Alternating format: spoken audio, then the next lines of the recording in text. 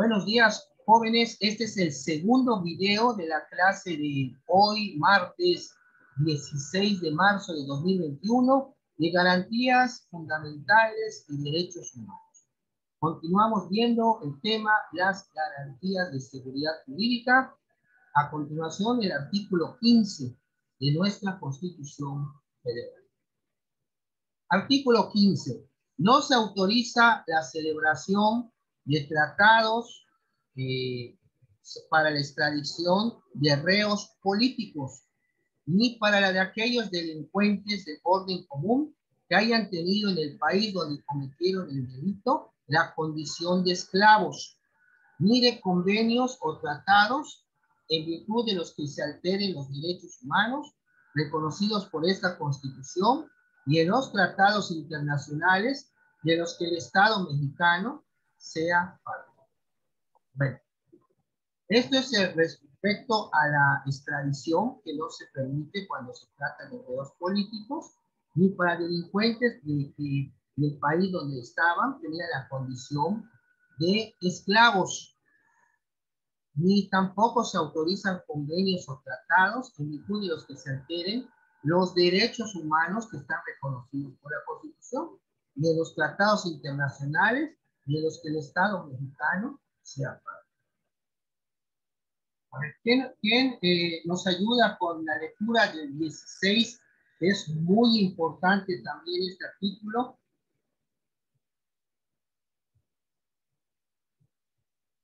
Adriana, Andrea, Oscar, Sergio, Rodrigo.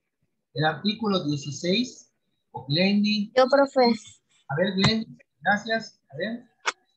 Nadie puede ser molestado en su persona, familia, domicilio, papeles o posesiones, sino en virtud de mandamiento escrito de la autoridad competente, que funde y motive la causa legal del procedimiento en los juicios y procedimientos seguidos en forma de juicio en los que se establezca como regla la oralidad. Bastará con la que quede constancia de ellos en cualquier medio que dé certeza de su contenido y del cumplimiento de lo previsto en este párrafo. A ver, ahí vamos a parar primero en este párrafo que es muy importante.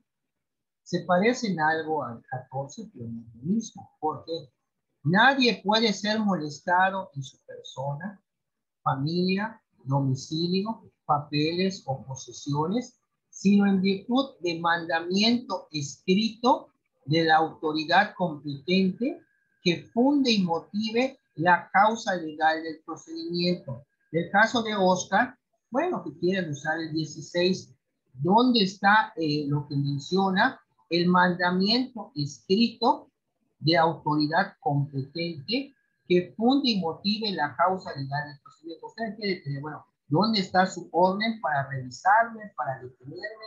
Y todavía habría que ver si esa orden viene de una autoridad competente. Y aquí es muy importante el 16 porque destaca dos presupuestos jurídicos importantísimos, que es la debida motivación y fundamentación de todo acto jurídico. Todo acto de autoridad, perdón, de todo acto de autoridad, perdón. Todo acto de autoridad debe estar debidamente fundado y motivado. Fundar, que es invocar, mencionar, decir qué artículo es aplicable al caso concreto. Y motivar es explicar el por qué es procedente que se aplique ese o esos artículos. O sea, ustedes van a hacer una solicitud y van a usar su derecho de petición. Bueno, hacen su escrito, lo fundamentan en el 1 también, siempre, y el 8. Y mencionar, le dirijo a usted de manera respetuosa para solicitar tal cual cosa. Y fundamento la presente petición del artículo 8 de la Constitución Política.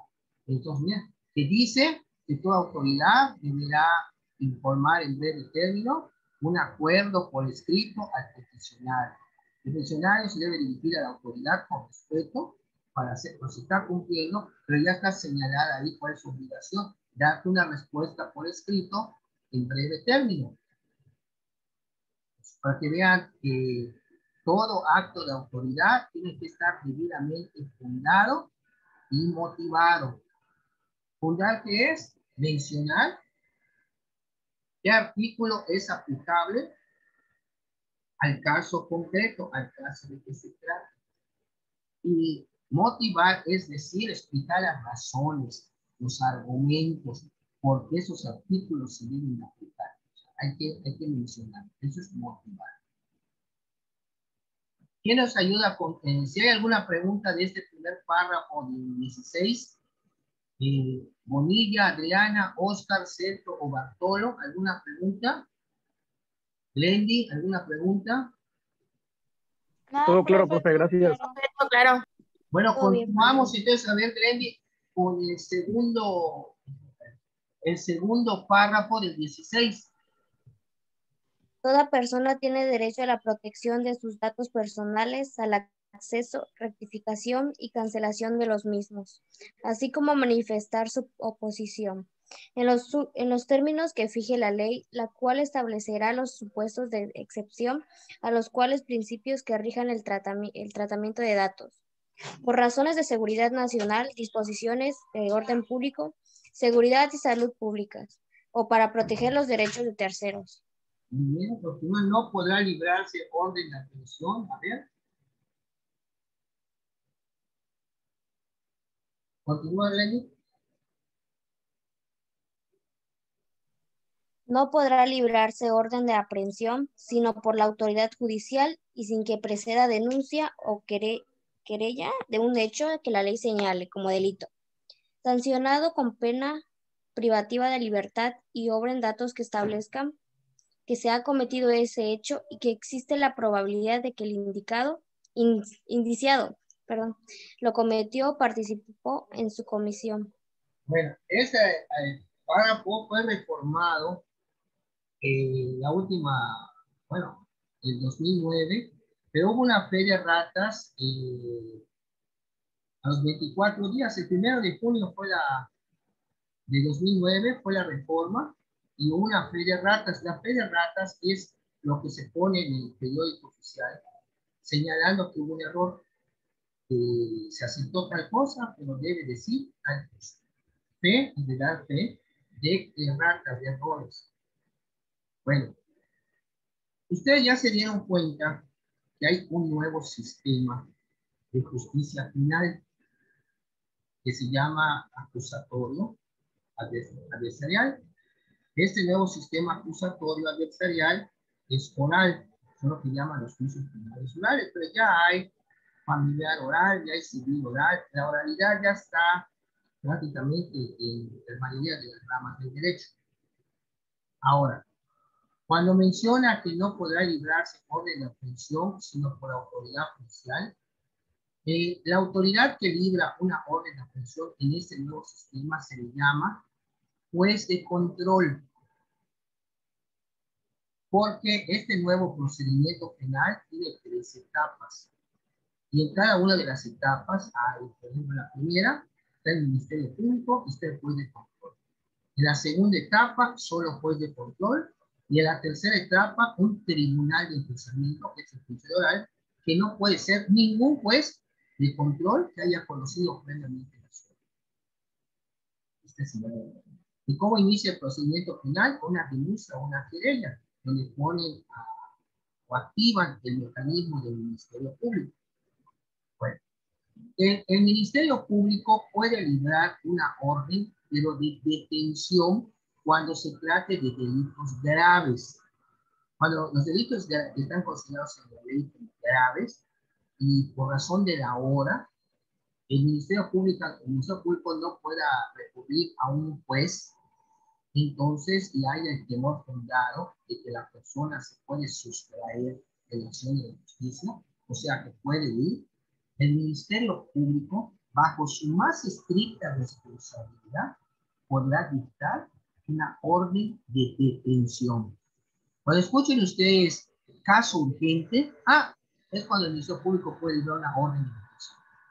La orden de aprehensión es la que va a tirar, pero el control. El Ministerio Público, cuando termina de integrar su carpeta de investigación, así se le llama ahora, carpeta de investigación, la va a pasar a un juez de control. Era lo que anteriormente decía, va a consignar el expediente. un juez de control.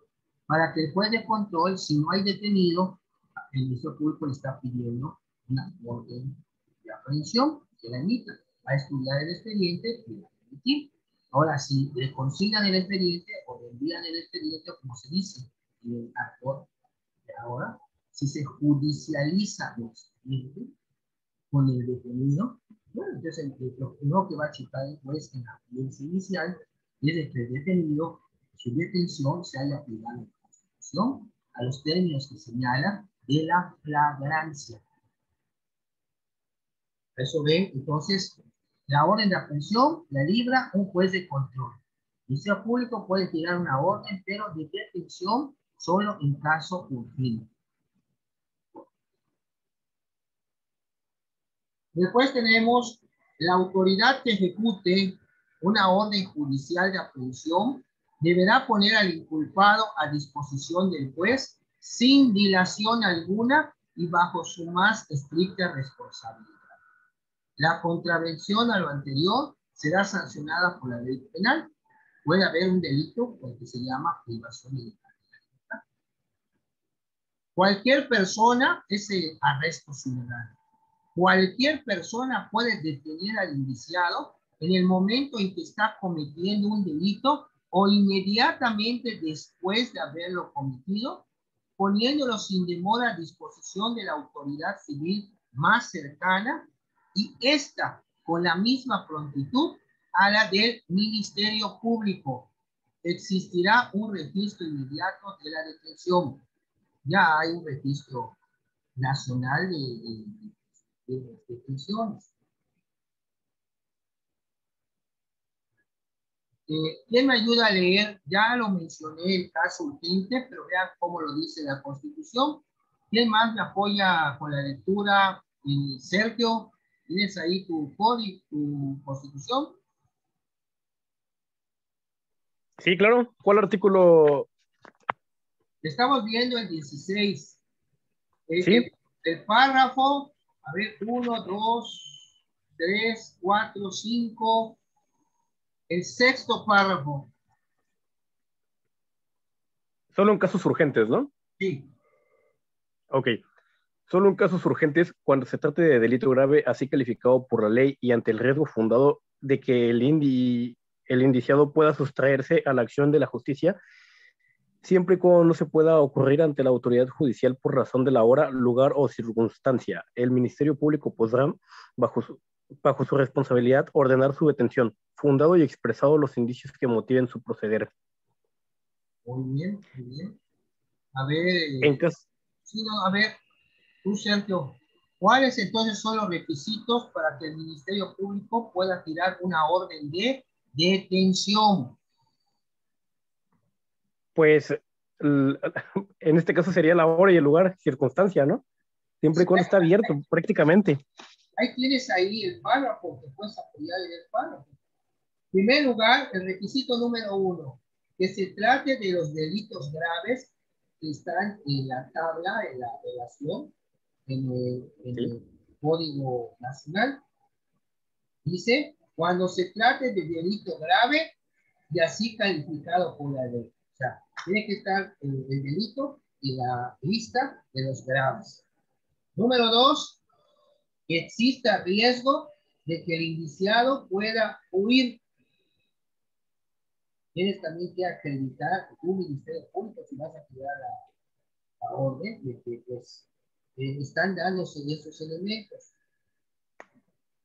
La condición, ¿cuál es? Siempre y cuando no se pueda ocurrir, o sea, ir ante una autoridad judicial por razón de la hora, que ya sea muy tarde, el lugar, que estés en un lugar alejado, o alguna circunstancia. Y aquí es donde entra el Ministerio Público.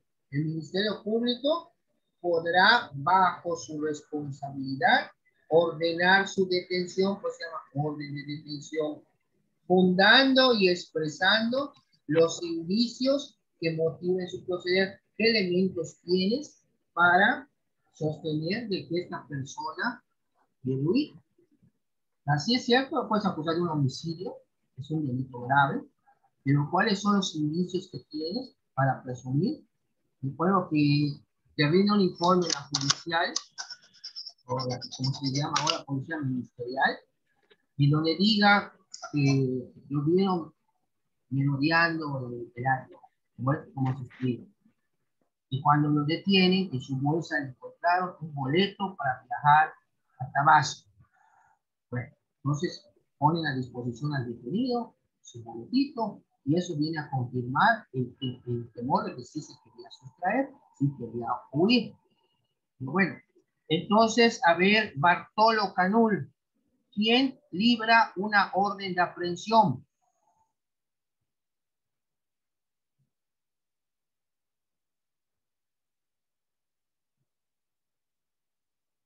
Bartolo Canul.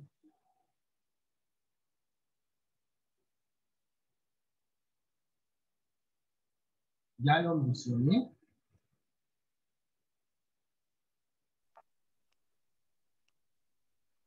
¿Un juez o en su caso el Ministerio Público? No, no, Oscar. ¿Qué estoy preguntando? ¿Orden de qué? Ah, Orden disculpa. de aprehensión. ¿Quién la libra? Ya no está Bartolo, se salió. Bueno, a ver, jóvenes, ¿quién libra la orden de aprehensión? Ya lo mencioné.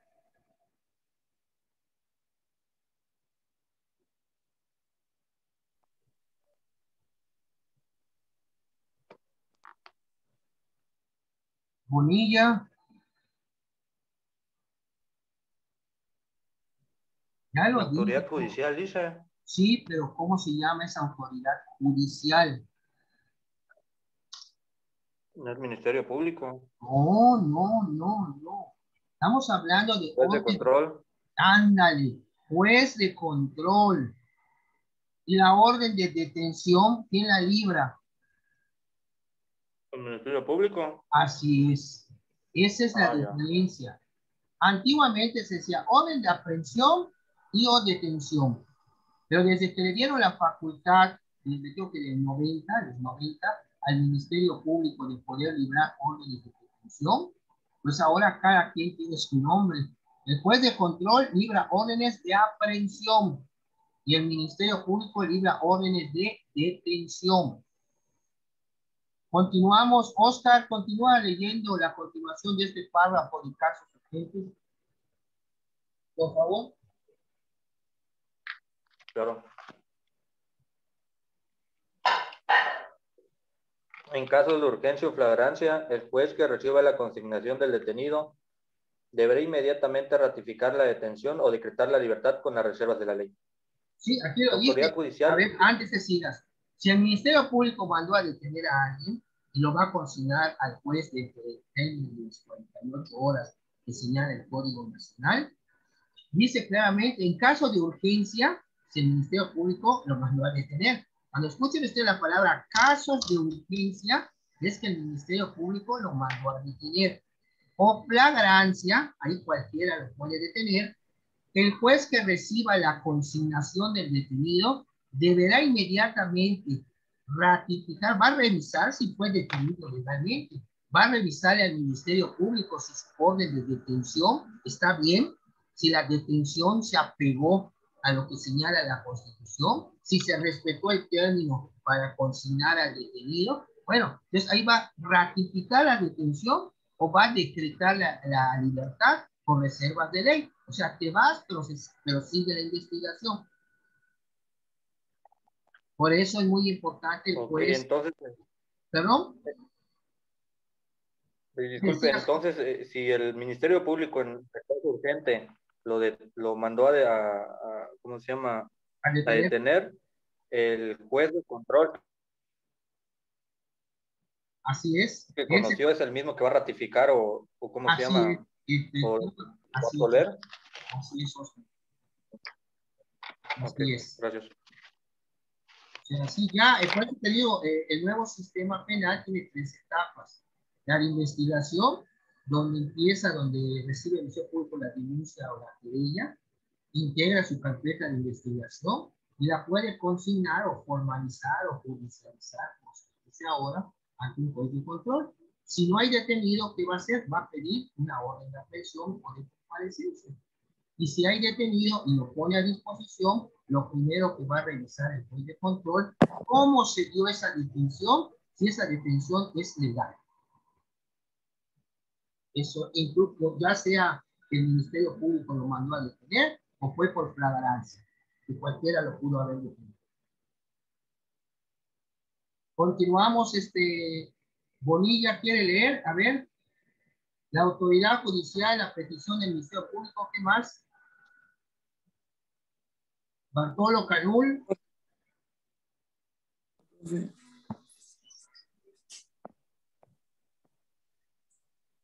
A ver.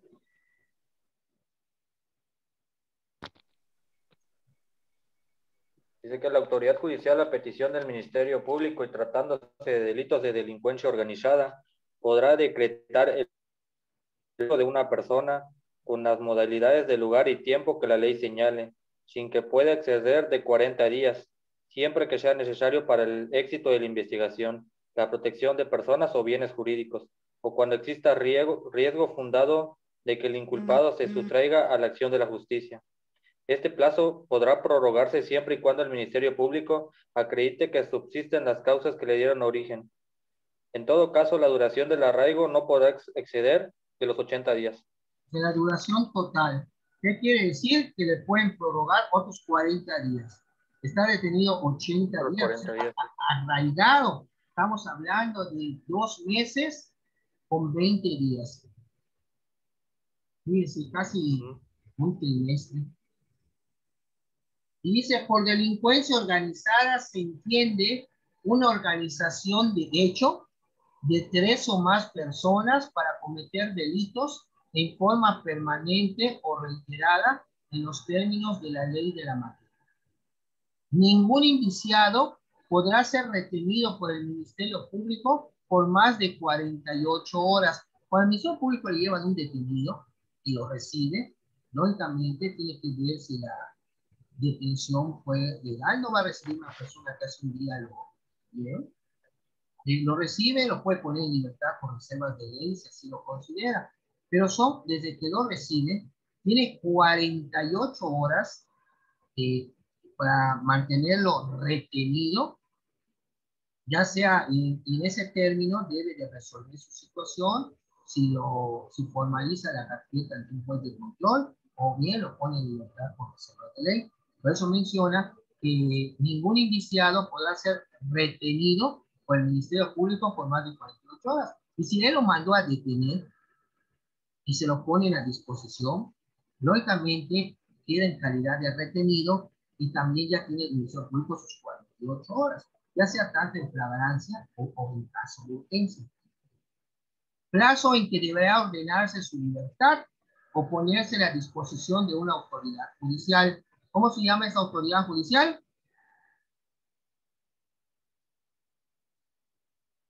Hace rato Oscar dio la respuesta. ¿Cómo se llama esta autoridad?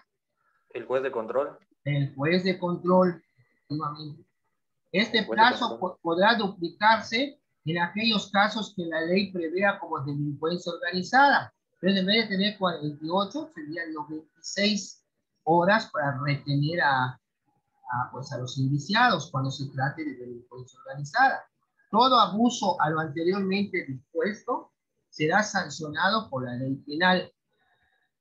En toda orden de cateo que solo la autoridad judicial podrá expedir a solicitud del Ministerio Público, se expresará el lugar que ha de inspeccionarse, la persona o personas que hayan de atenderse y los objetos que se buscan, a lo que únicamente debe limitarse la diligencia, levantándose al concluirla un acta circunstanciada en presencia de 2 testigos propuestos por el ocupante del lugar, del lugar que fue cateado, o en su ausencia negativa por la autoridad que practique la diligencia.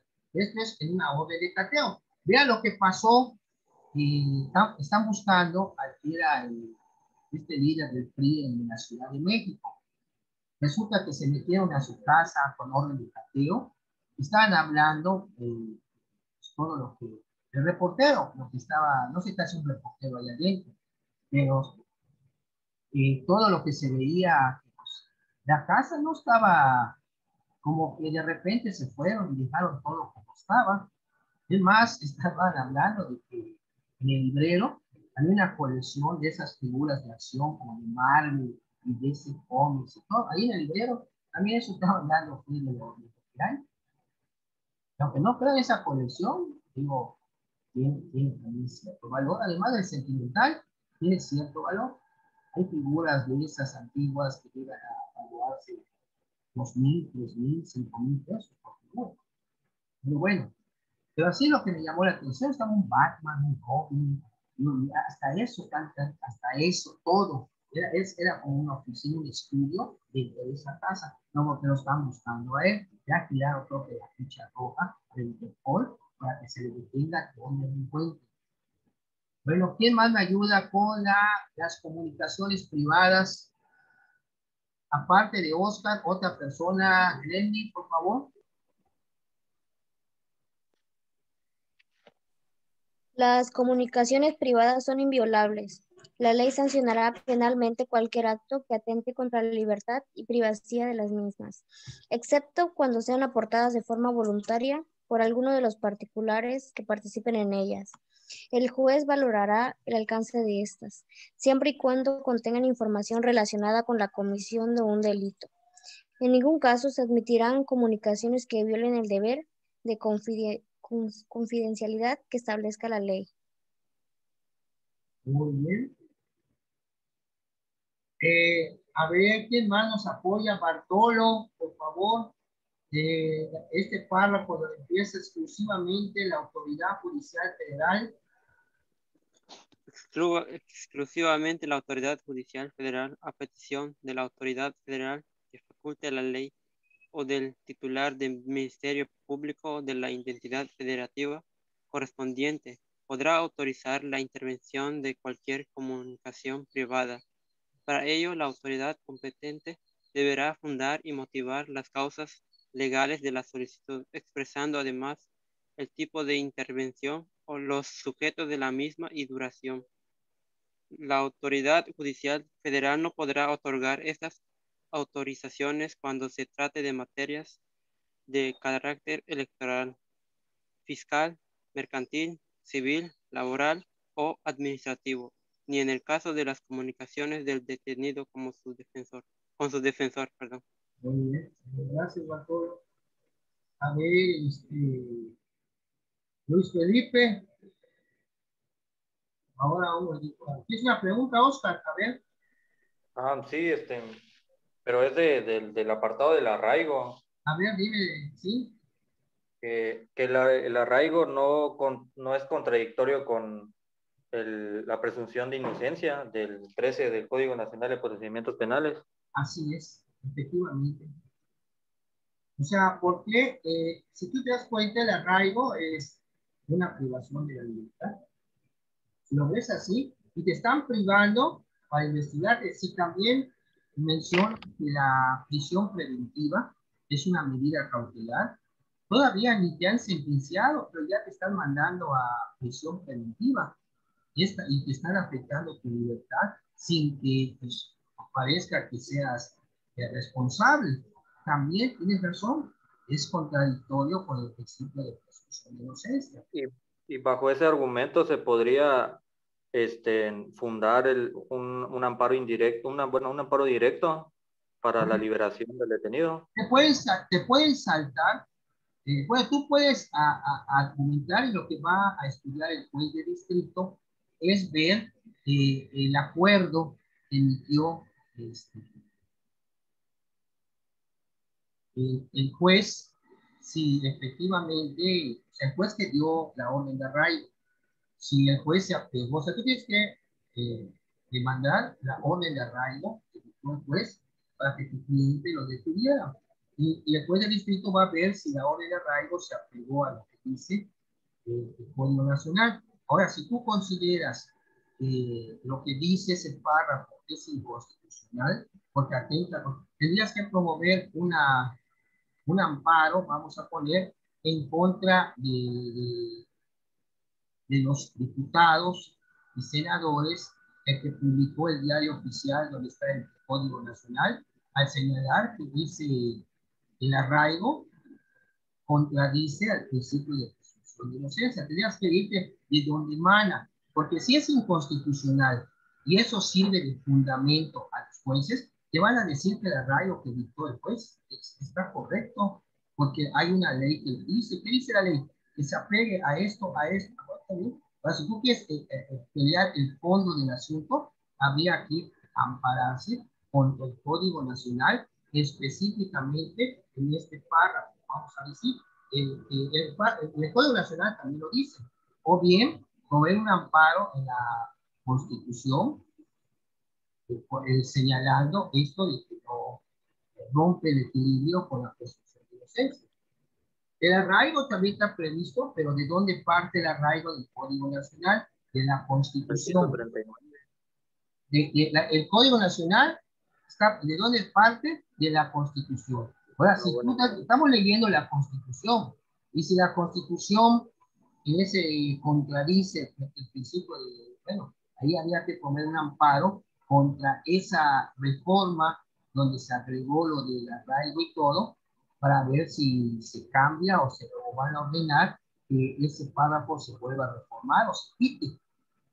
Y en el caso de que no esté, que por ejemplo que la Suprema Corte de Justicia no esté familiarizada con el tema, entonces vendría siendo como si fuera una laguna jurídica.